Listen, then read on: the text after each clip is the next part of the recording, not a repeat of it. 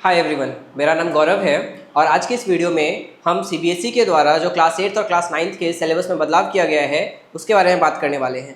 तो अगर आपके जान पहचान में कोई ऐसा बच्चा है जो क्लास 8 या क्लास 9 में है तो आप ये वीडियो उसको ज़रूर शेयर कर दीजिएगा। इस साल के 2026-27 के करिकुलम में सीबीएसई ने क्लास 8 और क्लास 9 के मैथ्स और साइंस के सिलेबस में मेजर चेंजेस किए हैं और अभी कई बच्चों को उन चेंजेस का पता ही नहीं है या अभी वो कंफ्यूज चल रहे हैं कि चेंजेस हुए क्या हैं। तो इस वीडियो में हम आपको कम्प्लीटली बताएंगे कि क्या क्या चेंजेस जो हैं वो किए गए हैं। एनईपी और फिर आपका national curriculum framework for school education 2023 के अकॉर्डिंग इस साल के क्लास 9 के साइंस के सारे चैप्टर्स बदल के रख दिए हैं और ऐसा ही क्लास 9 के मैथ्स के चैप्टर्स के साथ भी हुआ है। सेम यही चीज़ क्लास 8 में भी मैथ और साइंस के चैप्टर्स के साथ हुआ है। क्या बदलाव आया है मैं आपको बताता हूँ। हम सबसे पहले क्लास 9 के साइंस के सिलेबस के चेंज के बारे में बात करने जा रहे हैं। देखिए, क्लास 9 का जो सिलेबस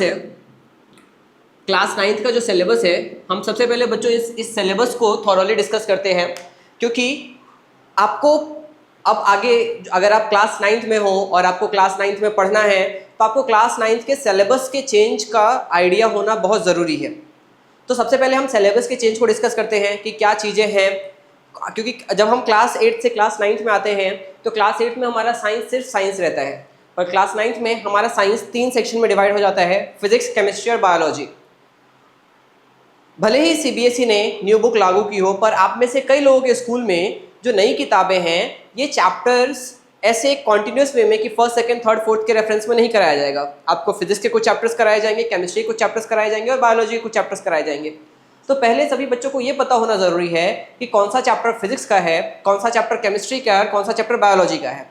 तो पहले हम क्लास 9 के सारे चैप्टर्स के नाम को यहाँ पर लिख लेते हैं और फिर हम समझते हैं कि कौन सा चैप्टर हमारे साइंस के किस पोर्शन में लाई करेगा और फिर हम समझेंगे कि उस चैप्टर्स के अंदर हमें क्या क्या पढ़ना है, फिर हम आगे की बात करेंगे।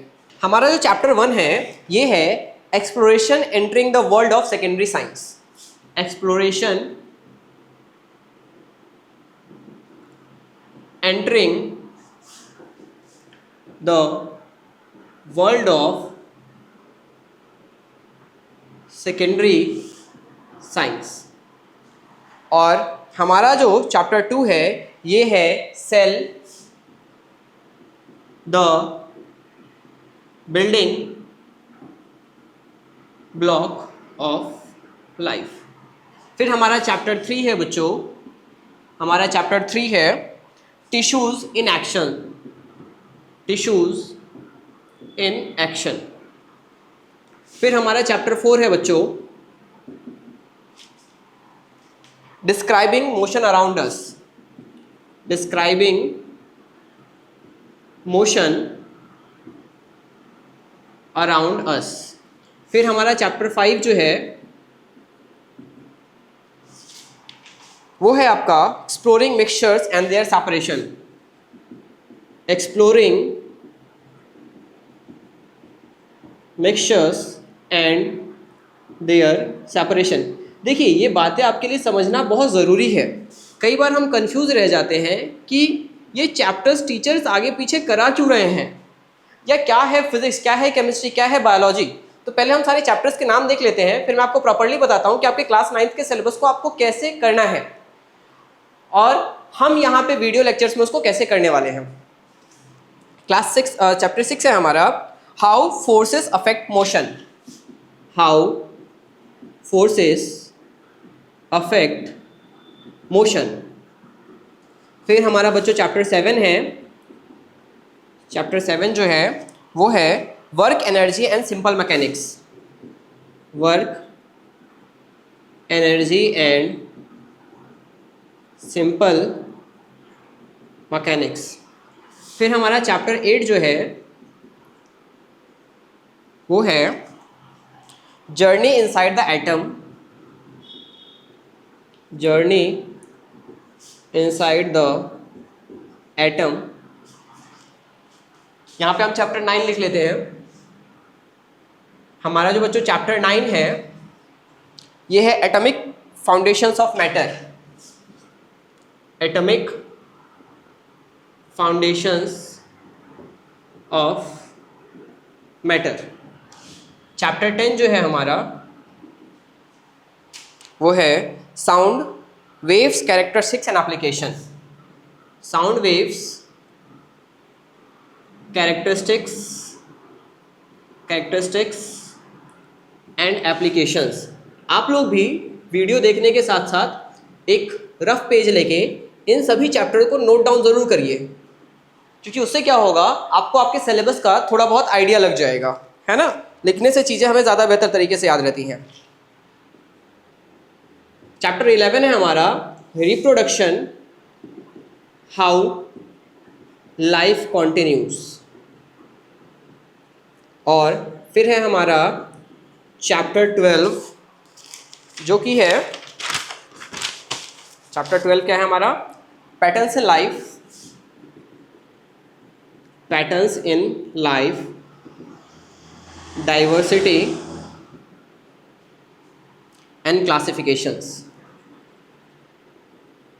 अभी 3-4 साल पहले एनसीईआरटी ने इस चैप्टर को डिलीट, सीबीएसई ने इस चैप्टर को डिलीट कर दिया था सिलेबस में से, और अब ये इन्होंने इसको वापस से ला दिया है। चलिए हम आगे देखते हैं। चैप्टर 13 है हमारा earth as a system, earth as a system, energy, matter and life, energy, matter and life, है ना। ये हमारे 13 के 13 चैप्टर्स हैं जो हमें क्लास 9th में पढ़ने हैं। अब सवाल ये आता है कि इसमें से कौन कौन सा चैप्टर हमारे फिजिक्स का पार्ट है, कौन कौन सा चैप्टर हमारे बायोलॉजी का पार्ट है, और कौन कौन सा चैप्टर हमारे केमिस्ट्री का पार्ट है।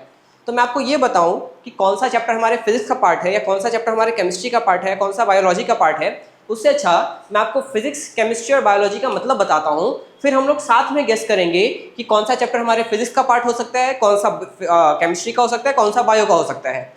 क्योंकि कई बार बच्चों को ये मतलब ही नहीं पता होता है कि फिजिक्स मतलब क्या है, केमिस्ट्री क्या है, बायोलॉजी क्या है। हम क्लास 8 से 9th में आए होते हैं।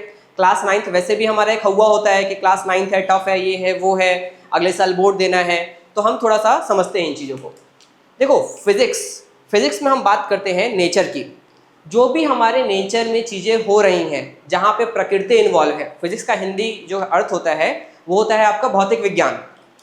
तो जो भी हमारे प्रकृति में चीज़ें हो रही हैं, जो प्राकृतिक बदलाव है अपने आप में, जिस पे हमारा कोई कंट्रोल नहीं है, बस हम उसको ऑब्जर्व नहीं करते हैं, तो उसको हम बोलते हैं यहाँ पे फिजिक्स। मतलब साइंस की वो ब्रांच जो नेचर के चेंजेस के बारे में पढ़ती है, या नेचर में होते हुए कामों के बारे में पढ़ रही होती है, उस ब्रांच को हम फिजिक्स बोलते हैं। या फिजिक्स में हम नेचर में चीज़ें, घटनाएं अपने आप हो रही हैं उसके बारे में समझते हैं। फिर आता है हमारा केमिस्ट्री, रासायनिक विज्ञान। केमिस्ट्री में बच्चों हम रसायंस, केमिकल्स के बारे में पढ़ते हैं। किसी भी, कोई भी नॉन लिविंग थिंग कैसे बना है, क्या मतलब उसके पीछे का कॉन्सेप्ट क्या है, क्या क्या चीज़ों से मिलकर बना होगा, एलिमेंट्स, कंपाउंड्स एटसेट्रा एटसेट्रा भी हम पढ़ेंगे। तो बेसिकली केमिस्ट्री में हम ओवरऑल हमारे आसपास पाए जाने वाला कोई भी जो नॉन लिविंग चीज़ है वो कैसे बना है, उसका स्ट्रक्चर क्या है, उसकी चीज़ें क्या हैं, उसके पीछे का कॉन्सेप्ट क्या है, उसको हम पढ़ते हैं प्रॉपरली। फिर आता है हमारा बायोलॉजी, जीव विज्ञान। बायोलॉजी में बच्चों हम हमेशा लिविंग ऑर्गेनिज्म्स के बारे में पढ़ते हैं। जैसे हम इंसान हो गए, जानवर हो गए, पेड़ पौधे हो गए, कीड़े मकोड़े हो गए, माइक्रो ऑर्गेनिज्म हो गए, है ना। तो बायोलॉजी जो है वो जीव विज्ञान है। मतलब यहाँ पे हम जीवन के बारे में पढ़ते हैं, जीवित चीज़ों के बारे में पढ़ते हैं, ठीक है। तो चलिए अब हम ज़रा आइडेंटिफाई करते हैं कि इसमें से कौन सा चैप्टर हमारे फिजिक्स का पार्ट होगा, कौन सा केमिस्ट्री का पार्ट होगा, और कौन सा बायोलॉजी का पार्ट होगा, और कौन सा चैप्टर इसमें से किसी भी तीनों सेक्शंस का पार्ट नहीं होगा। तो फिजिक्स के लिए हम ब्लैक मार्कर यूज़ करेंगे आइडेंटिफाई करने के लिए, बायोलॉजी के लिए रेड मार्कर, और केमिस्ट्री के लिए ग्रीन मार्कर, ठीक है। देखिए सबसे पहले है हमारा चैप्टर 1। अब बच्चों चैप्टर 1 जो है ना हमारा, ये ना फिजिक्स का पार्ट है, ना केमिस्ट्री का पार्ट है, ना बायोलॉजी का पार्ट है। चैप्टर 1 का नाम क्या है? Exploration, entering the world of secondary science, है ना। बेसिकली जब आप इस चैप्टर को रीड करेंगे, इस चैप्टर का पीडीएफ और इन सभी चैप्टर्स के पीडीएफ जो है आपको वीडियो के लिंक में मिल जाएगा, डिस्क्रिप्शन में मिल जाएगा, है ना। और बाकी आप इंस्टाग्राम पे भी हमें मैसेज कर सकते हैं, तो हम आपको पीडीएफ भेज देंगे या पीडीएफ का लिंक भेज देंगे, ठीक है। तो जो चैप्टर 1 है हमारा वो है exploration, entering the world of secondary science. इस चैप्टर में मोर और लेस जब आप इस चैप्टर को रीड करेंगे तो आपको थोड़ा बहुत आइडिया दिया जाएगा कि साइंस है क्या, या सेकेंडरी साइंस। सेकेंडरी साइंस मतलब कि अब जो हम 9th 10th क्लास में पढ़ने वाले हैं तो उसमें हम क्या क्या साइंस के बारे में पढ़ेंगे, मतलब हम एक्सप्लोर करेंगे कि हमें ओवरऑल क्या सब चीज़ें पता होनी चाहिए या क्या चीज़ें इस तरीके से, मतलब हम साइंस को कैसे समझ सकते हैं, विज्ञान को कैसे समझ सकते हैं। तो हमारी क्यूरियोसिटी को क्रिएट करने के लिए या हमारी क्यूरियोसिटी को क्वेश्चन करने के लिए चैप्टर 1 को डिज़ाइन किया गया है। मतलब ये केवल एक साइंस का इंट्रोडक्शन है कि अच्छा ऐसा होता है साइंस में, ऐसा होता है साइंस में। जब हम चैप्टर समझेंगे तो आपको समझ में आ जाएगा। बाकी इसमें कुछ खास है नहीं आपके सिलेबस के पर्सपेक्टिव से या समझने के पर्सपेक्टिव से। फिर आता है बच्चों हमारा चैप्टर 2। चैप्टर 2 जो है बच्चों, cell the building block of life. अब आप देख रहे हो ना, यहाँ पे लाइफ नाम ही आ गया है, लाइफ मतलब जीवन, है ना। तो चैप्टर 2 जो है हमारा, ये वाला चैप्टर किसका पार्ट है? बायोलॉजी का। यहाँ पे हम सेल के बारे में पढ़ेंगे। सेल बैटरी वाला नहीं, जिससे ह्यूमन बीइंग्स या कोई भी लिविंग क्रिएचर मिलके बना हुआ है, फंडामेंटल यूनिट ऑफ लाइफ, है ना। ये पिछले साल भी था, पर बस अभी इसका जो सीक्वेंस है वो बदल दिया गया है। अंदर के कॉन्टेक्स्ट में कितना बदलाव आया है नहीं आया है, वो जब हम चैप्टर को समझ रहे होंगे तो हमें पता चल जाएगा। तो फिलहाल हमारा चैप्टर 2 जो है वो बायोलॉजी का पार्ट होगा, मतलब the building block of life. तो ये हमारा बायोलॉजी का पार्ट हो गया, ठीक है।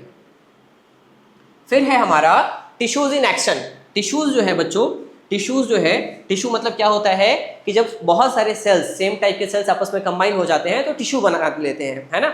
आप टिश्यू शब्द पहले भी कभी ना कभी सुने होंगे। तो ऑब्वियस सी बात है, यहाँ पे भी हम लिविंग ऑर्गेन्स की बात करें भाई, टिश्यूज जो है वो लिविंग ऑर्गेन्स में तो पाए जाते हैं। तो ये भी हमारा किसका पार्ट हो गया? ये भी हमारा बायोलॉजी का पार्ट हो गया, ठीक है। फिर हमारा chapter 4, describing the motion around us. Motion, motion मतलब क्या होता है? किसी भी चीज के पोजीशन में बदलाव, हमारे आसपास जो चीजें घूम रही है। तो जो घूम रही है ये अपने आप में एक प्राकृतिक प्रक्रिया है ना, इसमें तो हम कुछ कर नहीं रहे हैं। तो ये हमारा किस में आएगा? साइंस के किस पार्ट में आना चाहिए हमारा? तो ये हमारा आ जाएगा बच्चों किस पार्ट में? ये हमारा आ जाएगा फिजिक्स के पार्ट में। ये जो है ये हमारा फिजिक्स का चैप्टर काउंट किया जाएगा, है ना। तो ये हमारा फिजिक्स का चैप्टर हो जाएगा। फिर है exploring mixtures and their separation. आप अभी समझोगे कि मिक्सचर्स क्या होते हैं, सेपरेशन क्या होते हैं। फिलहाल के लिए आप ये समझ लीजिए कि चैप्टर 5 जो है बच्चों, ये आपके केमिस्ट्री का पार्ट है। मतलब जो साइंस में हम केमिस्ट्री वाला सेक्शन पढ़ेंगे तो उसमें चैप्टर 5 आएगा। फिर है how forces affect the motion.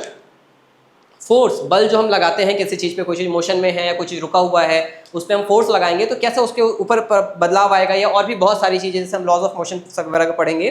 तो ऑब्वियस सी बात है, जब ये भी मोशन की बात कर रहा है तो ये भी हमारा किसका पार्ट हो जाएगा? ये भी हमारा फिजिक्स का पार्ट हो जाएगा। तो हम इसके आगे भी लिख देते हैं फिजिक्स, ठीक है।